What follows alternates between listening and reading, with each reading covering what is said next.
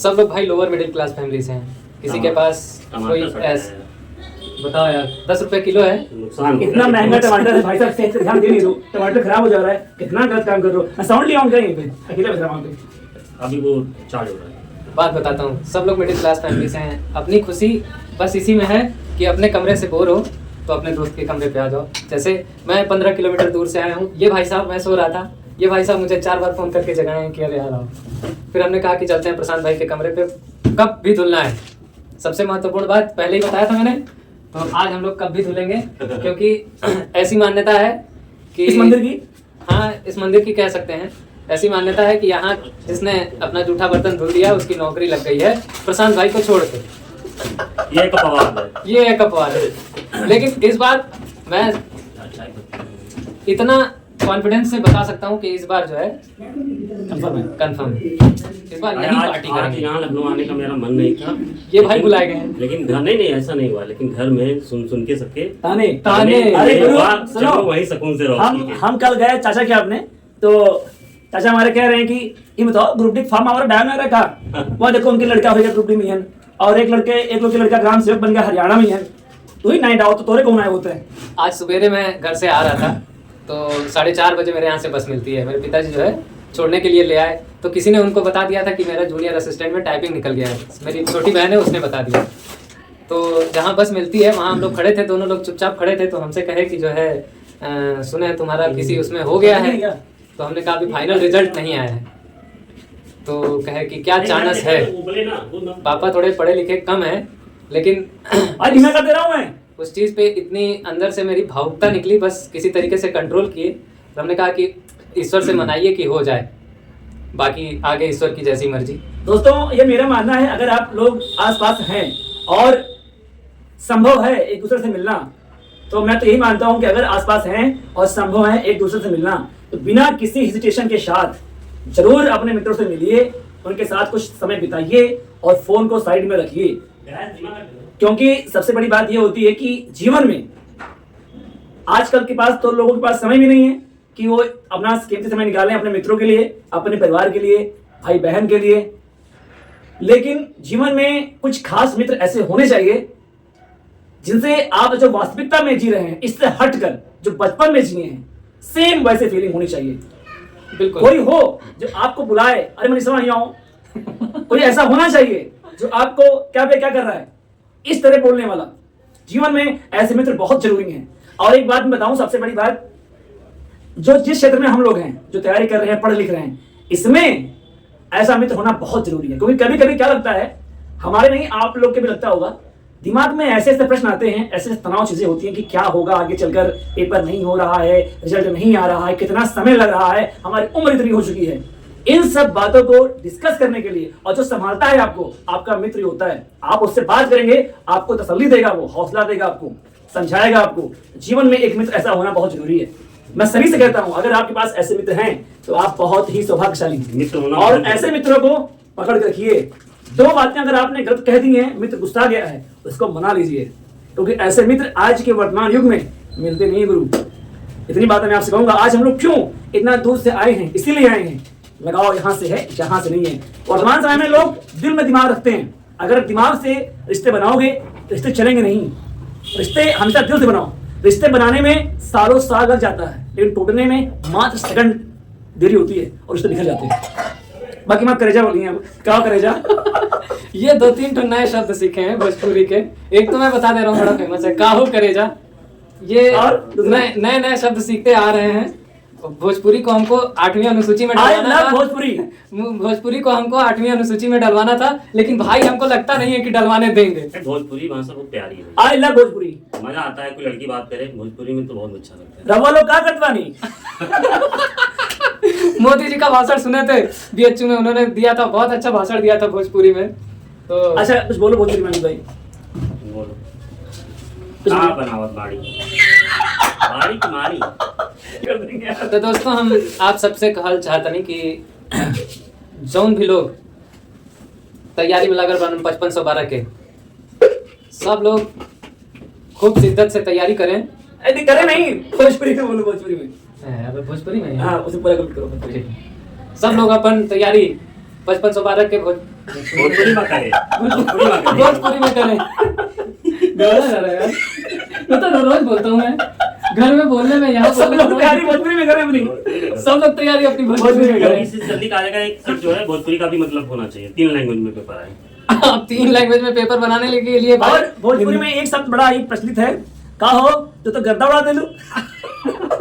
गर्दा नहीं, गर्दा जब उड़ता है, जब रिजल्ट आता है उसमें तुम्हारा नाम हो तब बोला गया कोई नहीं, भोजपुरी में है ना, का हो तो गर्दा उड़ा दे लूं। गर्दा उड़ाने में गर्दा उड़ाने का मतलब, गर्दा उड़ाने का मतलब होता है कि मतलब बहुत ज्यादा बड़ा काम किया आपने, कोई बड़ी अच्छा अचीवमेंट आई है। रहुआ जितना सुनत बानी, अब मैं अपनी अवधि में बोलूंगा क्योंकि मैं अवधि से आता हूँ, तो जितने भी लोग हमका सुनत हो, एक बात और हंसी मजाक तो होएगा, लेकिन एक बात बहुत जरूरी है, तुम्हें सबका करती है। ऐसे आज धरना रहा अधीनस्थ में, यह देखो सब का भाव कुछ नहीं था, लोग गए और चले आए। इसे क्या होता है, छात्र के मनोदशा खराब हो जाती, मनोबल गिर जाता है और आयोग पर दबाव नहीं बनते हैं। नहीं, धरना करे से पहले एक रणनीति चाहिए। हम अपने टेलीग्राम ग्रुप में एक लंबा सा पोस्ट की है, वो आप लोग पढ़ो। धरना से पहले क्या होता है, धरना 1-2 हफ्ता पहले डिसाइड किया जाता है, लोगों में प्रचार किया जाता है, उनसे अपील की जाती है, भैया धरना है, चलक है, चल के कोचिंग में यहाँ लाइब्रेरी में यहाँ प्रचार किया जाता है, मीडिया से बात की जाते हैं, उनका बुलावा जाता है, बहुत प्रक्रिया होती है। इन आए कि सोए उठे अब कल धरना चलक है। अब कुछ लोग गाँव में बैठे, कुछ लोग अभी अबे नहीं किन, ये भाई साहब आजे आए रहा, इनू आजे आए रहा, हमू आजे आए ना, अब बताओ धर्म कहाँ शामिल हो चाहिए। वर्तमान समय में अगर अधीनस्थ का संभाड़क है और जानो तो कि अधीनस्थ बहुत लेट लतीफी करते हैं, कैसे 2025 में कुछ भवन आए, 24 में बहुत धरना भा, हमारे सबके धरना भा, आप देखो टीवी में आवा, पेपर में आवा, ये आप लोग देखो, लेकिन 25 में कुछ नहीं भा।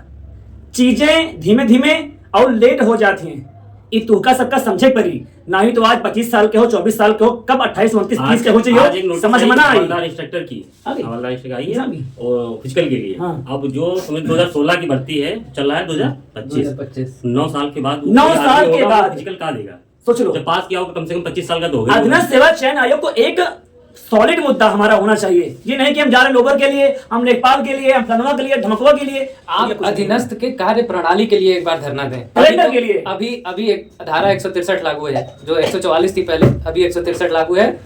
कारण है इसका कि सरकार जो है ना, जो मिडिल क्लास फैमिली है, सरकार इनसे ही सबसे ज्यादा टैक्स लेती है, सरकार इन्हीं को सबसे ज्यादा दबाती है। और दबने वाले लोग कौन है? दबने वाले लोग हम ही हैं, हमारे माता पिता, हम, हमारे बच्चे, वो भी दबेंगे। रूम में चलते। इसलिए अभी रणनीति ऐसी होनी चाहिए कि अधीनस्थ कार्यालय, अधीनस्थ सेवा चयन आयोग के कार्य प्रणाली के लिए हमें धरना देना पड़ेगा कि अगर आप कोई वैकेंसी निकाल रहे हो साहब, है ना, मान लो पेट इन्होंने कहा कि नहीं पेट लेके आएंगे, तो 6 महीने में, पेपर में निकला था बकायदे कि 6 महीने में हम उस वैकेंसी को क्लियर करा देंगे। आप बताइए, 21 में हमने पेट दिया, 21 के पेट से हमने लेखपाल दिया, लेखपाल को कराते कराते 2 साल 2.5 साल गुजर गया, जूनियर का पेपर दिया हम लोगों ने, जूनियर असिस्टेंट का अभी तक क्लियर नहीं हुआ है, डीवी अभी लगी हुई है 3 तारीख को। तो कहने का मतलब है मित्र कि कोई स्ट्रेटेजी बनाई जाए ऐसी जिसमें अधीनस्थ सेवा चयन आयोग के कार्य प्रणाली को लेकर के धरना हो, ना कि किसी रिजल्ट को लेकर के, ना कि किसी नोटिफिकेशन को लेकर के। देखो, इसके लिए इतना कार्य प्रणाली में अगर उसके बदलाव लाना है तो संघर्ष थोड़ा लंबा चलेगा। आयोग जाने से एक दिन जाने के लिए वो सचिव से मिल करके वहीं सड़क पे, उससे कुछ नहीं होगा। उसके लिए मेहनत करना होगा, मुख्यमंत्री से मिलना होगा, उसके लिए और जितने सांसद हैं, मंत्री हैं, आसपास के लोग हैं, उन सब से मिलना होगा और लगभग कंटिन्यू ये लंबा प्रोसेस चलेगा। और इसमें 1 या 2 लोगों के चाहने से नहीं होगा, जितना भी छात्र जुड़ा हुआ है सबको मेहनत करनी होगी। अगर जो मेहनत 1-2 महीने हम लोग कर लिए, कंटिन्यू मिलते रहे, तो इसका रिस्पांस जरूर मिलेगा। हर जिले में जितने भी छात्र हैं, अपना एक संगठन बनाओ, मंत्री विधायक से मिलो, बड़ी बड़ी कोचिंग वाले सपोर्ट करें, टेलीग्राम वाले सपोर्ट करें, आप लोग खुद जान लो 55 से 12 बीपीओ जो भी एग्जाम है, कब फॉर्म भरा था आपने, और उस समय उम्र कितनी थी, आज उम्र कितनी है, और जब फाइनल रिजल्ट आएगा तब उम्र कितनी होगी। पहली बात तो ये हमारी हो गई। दूसरी बात क्या है, आजकल मैं देख रहा हूँ टेलीग्राम पे, यूट्यूब पे बड़ी बड़ी कोचिंग वाले हल्ला मचा रहे हैं कि हम लेखपाल बिना पेट के आएगी, बिना पेट के आएगी। तो एक बात बता दूं, जितने भी आज लोग खुश हो रहे हो ना, हमारे यहाँ एक बहुत छोटी सी कहावत है, अब वर्ड थोड़ा सा आपत्तिजनक नहीं बोलूंगा, लेकिन सबके होश ठिकाने आ जाएंगे। जिस दिन पेट से भर्ती नहीं आई, शुक्र मनाइए कि पेट लागू है, तो लोग मेंस तो देने पा रहे हैं, वरना कितने लोग ऐसे थे जो प्री नहीं निकाल पाए जीवन में। 8,000 जो भर्ती थी, ये पेट से आई थी, इसमें 2,34,000 कुछ ऐसे लोग बुलाए गए थे। तब देखो इस भर्ती का क्या हाल हुआ है। मैं एक बात कह दूं, लड़के पेपर देंगे, अगर पेट है, कुछ पता ही नहीं चलेगा। अगर पेट है तो मध्यम वर्गीय बच्चा जो थोड़ा सा पढ़ने में कमजोर भी है, उसके लिए बहुत अच्छा है, मौका मिल जा रहा है। नहीं तो इसी 55 से 12 में हालत खराब हो गई होती, प्री नहीं निकाल पाते गुरु।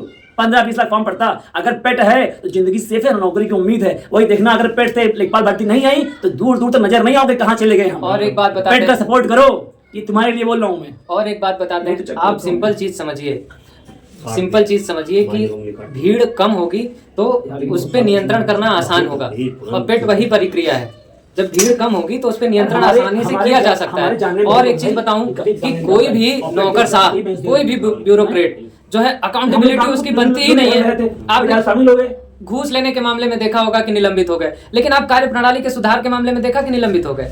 क्यों? वो घूस लेने से ज्यादा खराब प्रक्रिया है। अगर आप किसी चीज में विलंब कर रहे हैं तो वो ज्यादा खराब प्रक्रिया है। 18 साल का लड़का फॉर्म भरता है, 24 साल में पेपर देता है, 28 साल में रिजल्ट आता है। मान लो रिजल्ट में फेल हो गया तो 10 साल की मेहनत उसकी खराब हो गई। तो इसकी अकाउंटेबिलिटी किसकी बनती है? इसलिए मित्र, कहने का मतलब बस इतना सा है कि आप सब लोग एक रणनीति बनाइए ताकि अधीनस्थ सेवा चयन आयोग पे जा करके हम लोग कैलेंडर की मांग कर सकें। जो नोटिफिकेशन आए उसमें कम मैक्सिमम टाइम की अगर मैं बात करूं तो 9 से 10 महीने में वो वैकेंसी नोटिफिकेशन आने के 10वें महीने तक वो फुलफिल हो जाए। नोटिफिकेशन में ही सब कुछ रहे, नोटिफिकेशन में रिजल्ट डेट सब कुछ सब उसी में रहे। और ये हो सकता है, ऐसा नहीं कि नहीं हो सकता है, ये बिल्कुल हो सकता है, थोड़ा लंबा चलेगा इससे। बिल्कुल हो सकता है। कार्य प्रणाली है, देखिए हो मेन सकती चीज है। ना, हमारा संगठन मजबूत नहीं है, लोग बटे हुए कोई हैं, आते ही नहीं है, लोग बटे हुए हैं। जैसे आपने इस अधीनस्थ को विकल्प में रखा हुआ है, उसने भी आपको विकल्प में रखा हुआ है। इसको प्राथमिकता में लेके आओ। जो मजा गुरु घर के पास रहकर नौकरी करने में है ना, वो मजा कहीं नहीं है। इसको समझो, इस चीज को आज नहीं तो कल समझोगे। इस अधीनस्थ को प्राथमिकता में लेके आओ और सब लोग यूनिटी बनाओ। ये नहीं कि हम देखभाल के जाएंगे, हम लोग की जाएंगे। कट ऑफ देखिए कितनी की। अच्छा हाँ यार, सीरियल की बात करते हैं भाई साहब, 390 तो यार 390 में 335 की कट ऑफ गई है। जिसका नहीं हुआ वो कहाँ आएगा? अब सोचिए कि मैंने क्या कहा, घूम घाम नहीं कंपटीशन दिन पर दिन बढ़ते चला जाएगा। ये कंपटीशन बढ़ नहीं, इसमें एक और बात मुझे कहनी, ये कंपटीशन बढ़ नहीं रहा, ये नॉर्मलाइजेशन का खेल है जो हमारे साथ खेला जा रहा है। आप समझिए इस चीज को, ये नॉर्मलाइजेशन इतनी खराब प्रक्रिया है कि अच्छे बच्चे नौकरी जिनको मिल जानी चाहिए थी वो बाहर हैं प्रक्रिया से। आप इस बात को समझिए, नॉर्मलाइजेशन के चक्कर में हमारे इनके उनके मिडिल क्लास फैमिली के बच्चों के साथ, भविष्य के साथ खेला जा रहा है। किसी बच्चे का उसी शिफ्ट में, किसी बच्चे का तो कि सब लोग तैयार रहेंगे अगर 55 से 12 हुआ चीजें। नॉर्मलाइजेशन के खिलाफ 1 डे 1 शिफ्ट, अभी से बता रहे हैं, 1 डे 1 शिफ्ट, सब लोग रेडी रहेंगे भाई, क्योंकि नॉर्मलाइजेशन इतने अच्छे लोगों को बाहर कर देगा जो बेचारे 5 महीने 7 महीने से लगे हुए हैं। 5 लाख से कम बच्चे तो हैं भाई, खुद की नौकरी से यार 5 लाख से अधिक रहेंगे तब हम 2 शिफ्ट में कराएंगे। 4-5 किलोमीटर सेंटर बना बस मुश्किल से यार बस नहीं, अगर 2 शिफ्ट 3 शिफ्ट 4 शिफ्ट की बात होती है तो बिल्कुल हम लोग इसको बर्दाश्त नहीं करेंगे। और इसके लिए तो साला जान चली जाए, जान दे देंगे, कोई दिक्कत नहीं है। लेकिन नॉर्मलाइजेशन बर्दाश्त नहीं है भाई। ग्राम विकास अधिकारी में नॉर्मलाइजेशन बर्दाश्त कर लिए, वो बहुत है। अरे हमारे 1262 में सबसे पूछते हो कटाफ कर जाएगी, इनको वीडियो नहीं बना रहा है, कोई अपील नहीं कर रहा है, जबकि खुद जानते हो, खुद डर रहे हो क्या कटाफ कर जाएगी। यूट्यूब पर देख रहे हो, अगले से पूछ रहे हो, अरे खुद बाहर निकल गया हो, 46 तो लोग यार, 1000 लोग बाहर आ गए ना। अरे भैया वो तो छोड़ो, जिस दिन हम टाइपिंग देने गए थे 26 दिसंबर को, भाई साहब जितने लोग टाइपिंग देने उस दिन आए थे, उस दिन के भाई, जिस दिन हम लोग टाइपिंग देने गए थे 26 को, उतने भी बच्चे अगर आप लोग आगे होते तो ये टाइपिंग नवंबर के बजाय अगस्त में हो गई होती। हेलो बिडू, चाय आप लोग के लिए बहुत स्पेशल। नहीं देखो, टाइपिंग वाली बात है, हम लोग ने बहुत धरने किए, हमारे धरने एक धरना सफल रहा, राष्ट्रीय मीडिया चैनल पर आया। कोई मामूली बात थोड़ी ना यार, हम लोग 24 में बवाल काटे थे, बवाल काटे थे। और दूसरा समझिए कि धरने से पहले भाई साहब प्रेस रिलीज और ये सब सारी चीजें देखनी पड़ती हैं, ऐसे नहीं कि मुंह उठाए चले गए। एबीपी पे आया, आज तक पे, भारत समाचार, अमर उजाला कहाँ नहीं आया था। नेशनल वो क्या अपना डीडी नेशनल, हाँ, वो भी आया था भाई, पेपर में आया, तो हर जगह आया था। कहने का मेरा मतलब बस इतना सा है मित्र कि एक तो यूनिटी बनाइए। हम लोगों का एक टेलीग्राम चैनल है, ज्वाइन कीजिए। अभी इस वीडियो के नीचे डिस्क्रिप्शन में लिंक दिया हुआ है मित्र। आप लोग अगर सिंसियर हैं और चाहते हैं कि उम्र से पहले नौकरी मिल जाए और मध्यम वर्ग परिवार से हैं तो हमारा टेलीग्राम ग्रुप ज्वाइन कीजिए। वहां बकैती नहीं होती, वहां वही लोग बोलते हैं जो सीरियस हैं और जिसके पास जिम्मेदारियां हैं। सब लोग केवल सुनिए उस चीज को, वहां से एकता यूनिटी बनाइए, ग्रुप में शामिल रहिए। हमें कोई अवार्ड नहीं लेना है कि हम 2 लाख बनाए 4 लाख बनाए, जितने पे जुड़िए सीरियस रहिए। हमारा उद्देश्य बस एक है, टेलीग्राम पे जुड़ रहे हैं तो शांति सुनिए जो वहां बोला जा रहा है। और लिंक दिया हुआ है, जुड़िए। आपके भविष्य का सवाल है, अगर नहीं जुड़े तो टहलते रहोगे। आज 21 के हो, कल 32 के जाओगे, 38 जाओगे। ठीक है दोस्त, थैंक यू सो मच। आप लोग मिलते हैं अभी फिर मिलेंगे। हाँ। जा रहे हैं नेक्स्ट कमरे में। ओके।